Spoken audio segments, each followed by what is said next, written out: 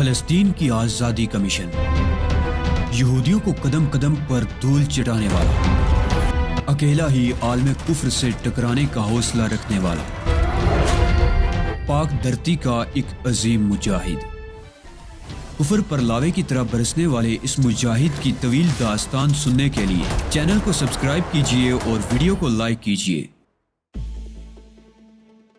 Colonel شوالو نے ہمیں یہ کہہ کر مطمئن کرنے کی کوشش کی کہ تم کسی اہم کام میں مصروف ہو اور کیتھی کی طبیعت خراب ہے۔ ظاہر ہے مجھے اس کی اس بات پر یقین نہیں آیا۔ میں نے اس سے بعض ایسی باتیں کی جن کے جوابات اس نے غلط دیے۔ مجھے یہ یقین تو ہو گیا کہ وہ کوئی غلط آدمی ہے، مگر اس کے خلاف کوئی قدم اٹھانے سے قبل یہ اطمینان کرنا ضروری تھا کہ کہیں اس نے تم دونوں کو تو کوئی نقصان نہیں پہنچایا ہے۔ چنانچہ میں ایک بہانے سے VIP لاؤنج سے کھسک گیا اور میں نے پبلک فون بوتھ سے یہاں فون کیا اور کیتھی سے گفتگو کر کے مجھے یہ اطمینان ہو گیا کہ کم از کم تم لوگ تو محفوظ ہو۔ تم نے یہ کیوں نہیں بتایا تھا کہ تم کس صورتحال سے دوچار ہو؟ جنرل نے میری بات کاٹ کر کہا، اگر تم اشارہ بھی کر دیتے تو ہم ان لوگوں کو ہرگز نہ بخشتے۔ اس وقت مجھے اندازہ نہیں تھا کہ حالات کیا رخ اختیار کر لیں گے۔ میرا خیال تھا کہ میں ان لوگوں پر قابو پا لوں گا، پھر اس کے بعد تمہیں زحمت دوں گا۔ چنانچہ فون کرنے کے بعد جب میں واپس پہنچا تو میں نے کرنل شوالو کو قابو میں کر لیا اور اسے لے کر تمہاری طرف روانہ ہوا، لیکن مجھے یہ خیال نہیں رہا تھا کہ اس کے اور بھی ساتھی ہماری طاق میں ہوں گے۔ آخر انہوں نے اس قدر منظم طریقے سے کام کیا تھا۔ راستے میں ایک جگہ انہوں نے ہم پر حملہ کر دیا۔ اگر وہ چاہتے تو ایئرپورٹ پر بھی ایکشن لے سکتے تھے، مگر انہوں نے ایسا نہیں کیا۔ اس کی وجہ یہی ہو سکتی ہے کہ ایئرپورٹ پر ہجوم جگہ ہوتی ہے جہاں کوئی بھی حرکت دوسروں کی نظروں میں آئے بغیر نہیں رہ سکتی۔ قصہ مختصر یہ کہ ہمیں اپنی جان بچانے کے لیے فرار ہونا پڑا۔ اس وقت جو جگہ ہمیں محفوظ ترین محسوس ہوئی وہ ایئرپورٹ تھی۔ ایئرپورٹ کے سوا وہ لوگ ہر جگہ ہمیں تلاش کرتے، چنانچہ ہم انہیں جل دے کر ایئرپورٹ کی طرف نکل گئے اور میں نے بہتر یہی سمجھا کہ عراق واپس چلا جاؤں، کیونکہ اس شخص کی جڑیں عراق میں ہی تھیں اور اس کی اس دیدہ دلیری کے بعد اس کی بے خونی کرنا ضروری ہو گیا تھا۔ کیا تمہارے پاس اتنا وقت بھی نہیں تھا کہ تم فون پر ہمیں مطلع کر دیتے؟ جنرل ٹیریس نے پھر میری بات کاٹی۔ وقت تو تھا مگر موقع نہیں تھا۔ ایئرپورٹ پر اس کے گروہ کے بعض افراد موجود تھے۔ میں ان کی نظروں سے بچ کر نکل جانا چاہتا تھا تاکہ اسے عراق میں اس کی بے خبری میں چھاپ سکوں، اور اپنی دانست میں ان لوگوں کی نظروں سے بچ کر نکل بھی گیا۔ یعنی ایک فلائٹ سے یہاں پہنچے اور اگلی فلائٹ سے واپس بھی نکل گئے۔ جنرل ٹیریس نے حیران ہو کر کہا، ہاں۔ میں نے پھیکے سے انداز میں مسکرا کر کہا، یہی تو میں تمہیں بتا رہا ہوں، کمال ہے۔ جنرل ٹیریس بڑبڑایا، اپنی دانست میں تو میں یہی سمجھ رہا تھا کہ میں نے بھرپور ناکہ بندی کرا دی ہے اور اب تم میرے آدمیوں کی نظروں میں آئے بغیر ملک سے باہر نہیں نکل سکو گے۔ میں سوچ بھی نہیں سکتا تھا کہ تم اس سے قبل ہی گوٹے ہل سے واپس جا چکے ہوگے۔ میں نے جیب سے سگریٹ کیس نکالا اور اس میں سے ایک سگریٹ نکال کر ہونٹوں میں دبا لی۔ جنرل ٹیریس اور کیتھی براؤن مجھے حیرت سے دیکھ رہے تھے۔ پھر جب میں نے لائٹر سے سگریٹ جلائی تو کیتھی براؤن خاموش نہ رہ سکی۔ یہ تم نے سگریٹ پینا کب سے شروع کر دی؟ کیتھی براؤن نے کہا۔ اس کے لہجے میں بے پناہ حیرت تھی۔ کیوں؟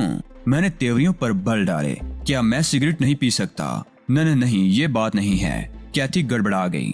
دراصل تم سگریٹ کو بہت برا سمجھتے تھے نا، اس لیے مجھے حیرت ہو رہی تھی۔ آدمی کے خیالات تبدیل بھی ہو سکتے ہیں، میں نے بے پرواہی سے کہا۔ جنرل ٹیریس بھی اس تبدیلی پر حیران تھا مگر اس نے کچھ کہا نہیں۔ ہاں تو جنرل، تم اس بات پر حیران ہو رہے ہو کہ میں تمہارے تمام اقدامات سے قبل گوٹے ہل سے نکل چکا تھا۔ مجھے اس وقت حیرت کا سامنا کرنا پڑا جب بغداد ایئرپورٹ پر پہنچتے ہی مجھے دوبارہ گھیر لیا گیا۔ اپنی دانست میں تو میں ان لوگوں کی آنکھوں میں دھول جھونک کر نکل گیا تھا، لیکن ایسا معلوم ہوتا ہے کہ میں یا میرا کوئی ساتھی ان لوگوں کی نظروں میں آ گیا تھا، ورنہ یہ ممکن ہی نہیں تھا کہ اس کے گروہ کے آدمی ایئرپورٹ پر پہلے سے موجود ہوتے۔ بہرحال میں اسے وہاں بھی جل دینے میں کامیاب ہو گیا، لیکن اس کے بعد آنکھ مچولی کا طویل سلسلہ شروع ہو گیا۔ اس کا گروہ بہت منظم اور سائنٹیفک تھا، جس کا صفایا کرنے میں مجھے دانتوں پسینے آ گئے، مگر کسی نہ کسی طرح میں اس کا کلا کما کرنے میں کامیاب ہو ہی گیا، اور اس طرف سے فراغت پانے کے بعد میں نے سیدھا یہاں کا رخ کیا۔ میں یہ بات ہرگز نہیں مان سکتی کہ کئی مہینوں کے دوران تمہیں فون کرنے کا ایک بھی موقع نہیں ملا۔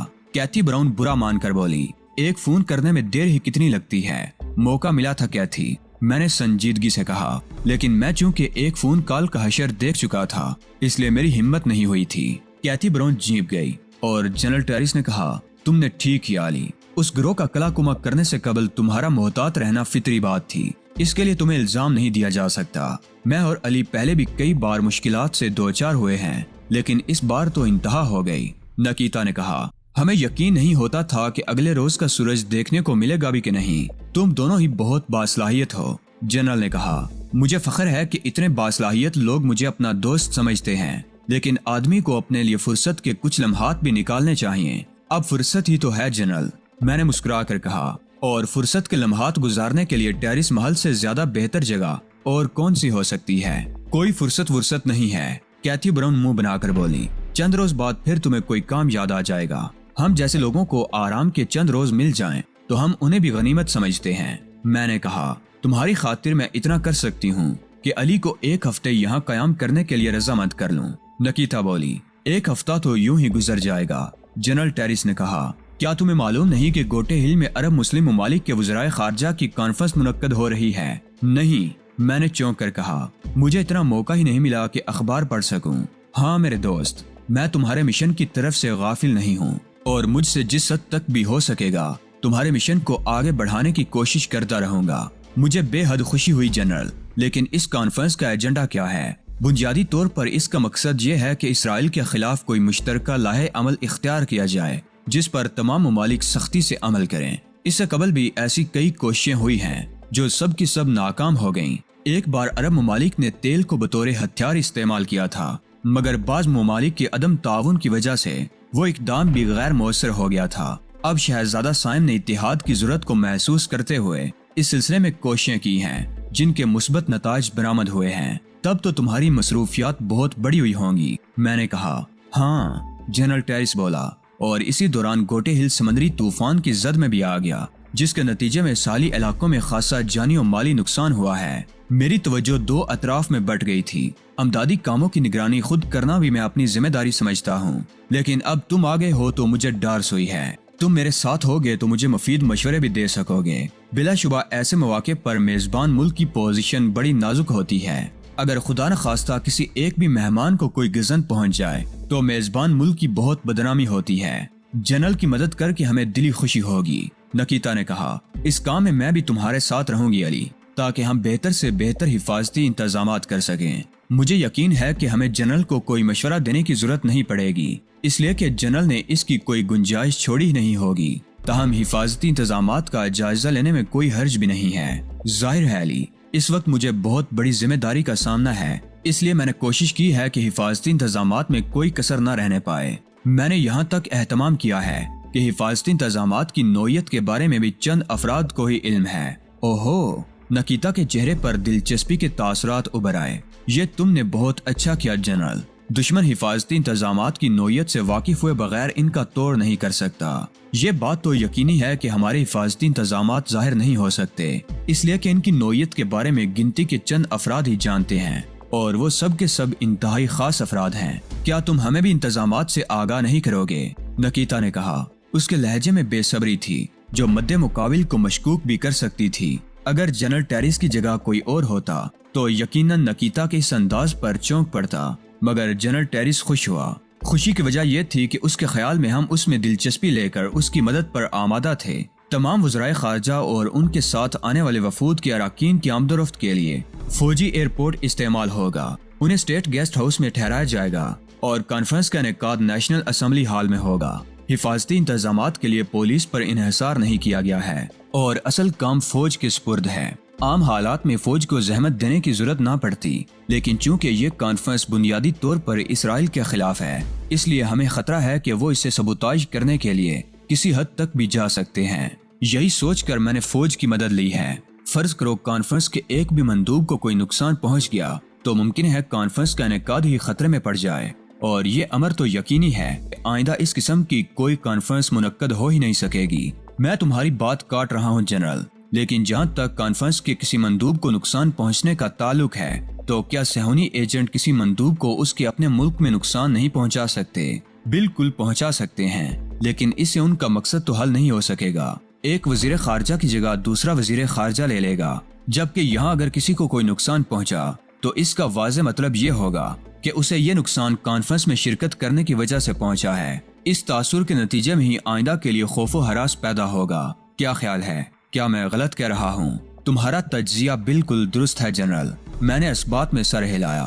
ہاں تو تم حفاظتی انتظامات کے بارے میں بتا رہے تھے۔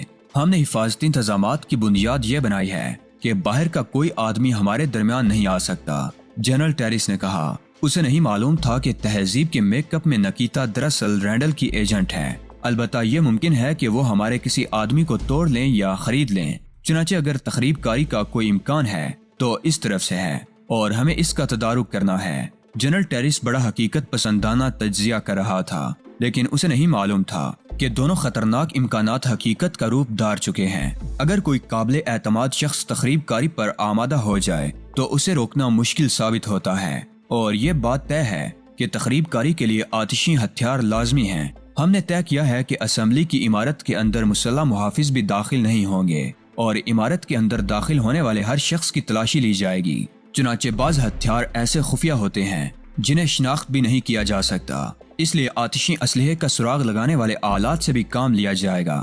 میں نے سنا ہے اب ایسی ایجادات بھی ہو گئی ہیں جو اسلحے کا سراغ لگانے والے آلات کی کارکردگی میں خلل ڈال دیتی ہیں۔ میں نے کہا، مجھے معلوم ہے، جنرل مسکرایا، اور تمہیں یہ سن کر خوشی ہوگی کہ اسمبلی ہال میں جگہ جگہ ہم نے وہ جدید ترین آلہ نصب کرا دیا ہے جو ڈسٹربنگ ڈیوائس کی نشاندہی کرنے کے لیے گوٹے ہل کے سائنسدانوں کی کاوش کا نتیجہ ہے۔ میں نے اور نکیتا نے ایک دوسرے کی طرف دیکھا۔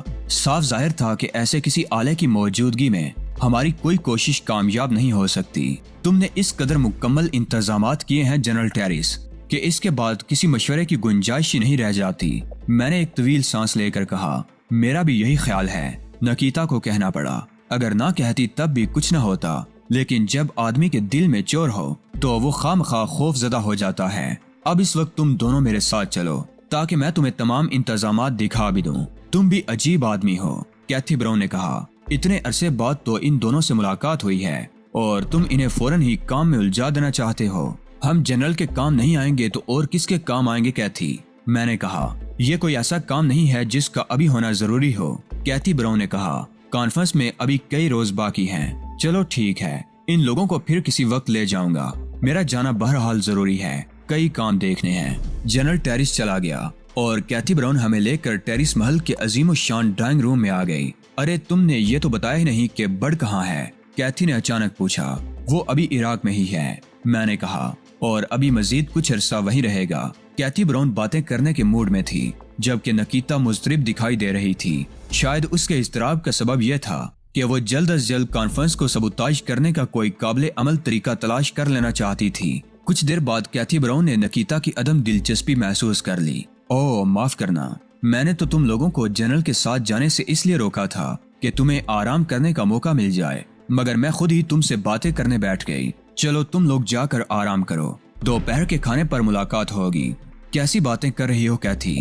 میں نے کہا، تم سے باتیں کر کے تو تھکن دور ہوگی، میں دیکھ رہی ہوں کہ تہذیب پر تھکن غالب ہے۔ تمہارا کیا ہے، تم تو آہنی اعصاب کے مالک ہو۔ اگر یہ بات ہے تو میں تہذیب کو خوابگاہ تک چھوڑ کے واپس آ رہا ہوں، میں نے ہنس کر کہا اور نکیتا کو اٹھنے کا اشارہ کیا۔ تم واپس آ جاؤ گے تو میں بور ہو جاؤں گی، نکیتا نے کہا اور صوفے کی پشت سے گردن لگا لی۔ تہذیب بہت تھکی ہوئی ہے علی، تمہیں خیال کرنا چاہیے، چلو جاؤ۔ کیتھی نے مجھے بازو سے پکڑ کر اٹھاتے ہوئے کہا، دوپہر کے کھانے پر ملاقات ہوگی۔ میں نے نکیتا کو اٹھنے کا اشارہ کیا اور ہم دونوں اس خوابگاہ میں چلے آئے جو ٹیریس محل میں ہمارے لیے مخصوص تھی۔ میں بریف کیس اٹھانا نہیں بھولا تھا، یہ کیا حماقت ہے۔ خوابگاہ میں پہنچتے ہی میں نے نکیتا کو ڈانٹا، تم نے کیتھی پر اپنی بیزاری کیوں ظاہر ہونے دی؟ اوہ میں بہت بے چینی محسوس کر رہی تھی علی، اس کمبخت جنرل ٹیریس نے تو ہر راہ مسدود کر دی ہے، ہم شاید کچھ کر بھی نہ سکیں۔ یہ سوچنا تمہارا نہیں میرا کام ہے، میں نے سخت لہجے میں کہا۔ کیا تمہیں نہیں معلوم کہ تمہاری جگہ تہذیب ہوتی تو کتنے والہانہ انداز میں کیتھی سے ملتی؟ میں جانتی ہوں، نکیتا نے بے بسی سے کہا، لیکن کیا کروں، منصوبہ ناکام ہونے کے تصور نے مجھے مضطرب کر دیا تھا۔ تم اپنے ساتھ مجھے بھی مرواؤ گی، میں نے دانت پیس کر کہا۔ کیا تمہیں اندازہ نہیں ہے کہ اگر کیتھی براؤن یا جنرل ٹیریس پر ہماری اصلیت ظاہر ہو گئی تو ٹیریس محل ہمارے لیے چوہے دان بن جائے گا؟